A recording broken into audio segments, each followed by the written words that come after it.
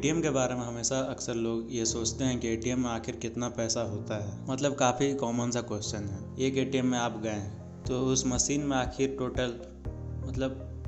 Total कितना पैसा होगा, कितना रुपया, कितना कैश होगा। तो इसका सीधा आंसर है मैक्सिमम अमाउंट, जो कि उससे पहले मैं आपको ये बता दूं कि शहर पे डिपेंड करता है कि कौन सा एटीएम में कितना कैश हो सकता है मैक्सिमम अमाउंट। दिल्ली में जो एटीएम होगा, ऑफ कोर्स वहाँ का जो पॉपुलेशन है उस हिसाब से वहाँ के एटीएम में हाईएस्ट मैक्सिमम अमाउंट होगा। और वहीं अगर कोई हम छोटा सा गांव ले लें तो वहाँ ऑफ कोर्स बहुत कम अमाउंट होगा। बट अगर मैक्सिमम अमाउंट की बात करें तो एक एटीएम मशीन जो आप देखते हो उसमें मैक्सिमम 88 लाख रुपीस हो सकते हैं। एंड मिनिमम तो कितना भी हो सकता है, 3 लाख 4 लाख। बट गाँव के एटीएम में एवरेजली 15 to 16 लाख अमाउंट होता है गाँव में। और शहरों में आपको तो पता ही है 88 लाख रुपीस तक हो सकता है। बट वही 30, 40, 50, 60, 70, 80 के रेंज में ही होता है। मुंबई के जो मेन सेंट्रल एरिया को ले लें तो ऑफकोर्स वहाँ के एटीएम में 70 लाख तक का अमाउंट होता ही होगा। एंड ये जो कैश होते हैं ये इतने लोग यूज़ करते हैं, इसलिए वो अमाउंट कुछ ही हफ्तों में ख़त्म हो जाता है। और आपको यकीन नहीं होगा कि हर हफ्ते या हर कुछ दिनों में बैंक का एक ऑथराइज्ड पर्सन आता है एटीएम को रिफ़िल करने। एंड वो पर्सन 1 रुपया भी इधर से उधर नहीं कर सकता, क्योंकि उसे पूरा फुल रिपोर्ट देना होता है कि कितना पैसा फिल हुआ, उसका रिसिप्ट वगैरह ये सब। और एक फैक्ट है कि आप देखते होंगे एटीएम के ऊपर एक डिश जैसा कुछ होता होगा। हर एटीएम के ऊपर एक डिश जैसा रहता है हमेशा। और आपके मन में एक क्वेश्चन आता होगा, अगर एटीएम रोड के साइड में है तो वहाँ से बैंक को कैसे कनेक्ट करता है। आपके मन में आएगा कि इंटरनेट या शायद ऐसा ही कुछ होता होगा।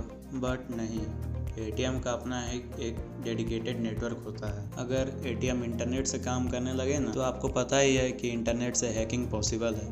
तो 80 लाख बार बार हैक कर लेंगे तो फिर कैसे चलेगा। इसीलिए डेडिकेटेड नेटवर्क होता है एटीएम्स का। एंड ऐसे ही काम करता है एटीएम।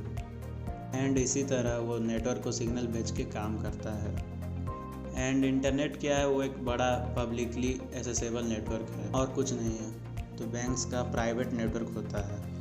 एंड जितने भी एटीएम्स हैं उनका प्राइवेट नेटवर्क होता है और उसी के ज़रिए कम्युनिकेट होता है। आप अपना एटीएम कार्ड डालें और फिर पिन डालें तो वो पिन बैंक के सर्वर में भेजता है। एंड फिर वेरीफाई होता है कि पिन सही है कि नहीं।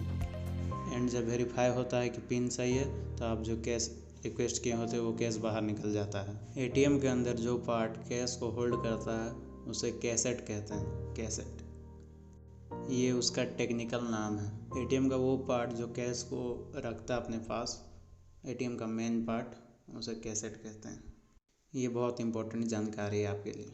एंड आपका जो एटीएम कार्ड होता है जो आप लगाते हैं एटीएम मशीन में, उस पर पीछे एक काला रंग का स्ट्राइप होता होगा, आप देखे ही होंगे। एंड इसी को एटीएम रीड करता है और उसी स्ट्राइप पे है ना आपके बैंक की पूरी जानकारी मौजूद होती है। बैंक में आपका नाम, आपका IFSC कोड, आपकी सारी डिटेल्स, आपका अकाउंट नंबर, आपका ब्रांच, आपका पूरा डाटा उसी स्ट्राइप पे मौजूद होता है। ये सारी चीज़ें उस काले रंग के स्ट्राइप में मौजूद होती है और उसी को एटीएम रीड करता है।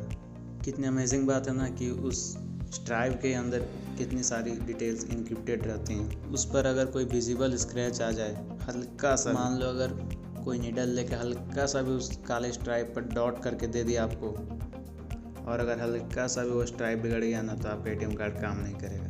क्योंकि जिस तरह आपके सिम जो है इतना छोटा सा होता है फिर भी उसके अंदर आपकी सारी जानकारी होती है, उसी तरह वो मैग्नेटिक स्ट्राइप भी होता है। आखिर में आपको मैं यही बोलना चाहूँगा कि टेक्नोलॉजी बहुत ही अमेजिंग है।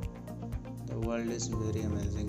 तो ये थी कुछ जानकारी एटीएम मशीन के बारे में। वीडियो को देखने के बाद लाइक, शेयर, कमेंट ज़रूर करना और हमारे चैनल को ज़रूर सब्सक्राइब करना। फिर मिलते हैं एक नए वीडियो के साथ।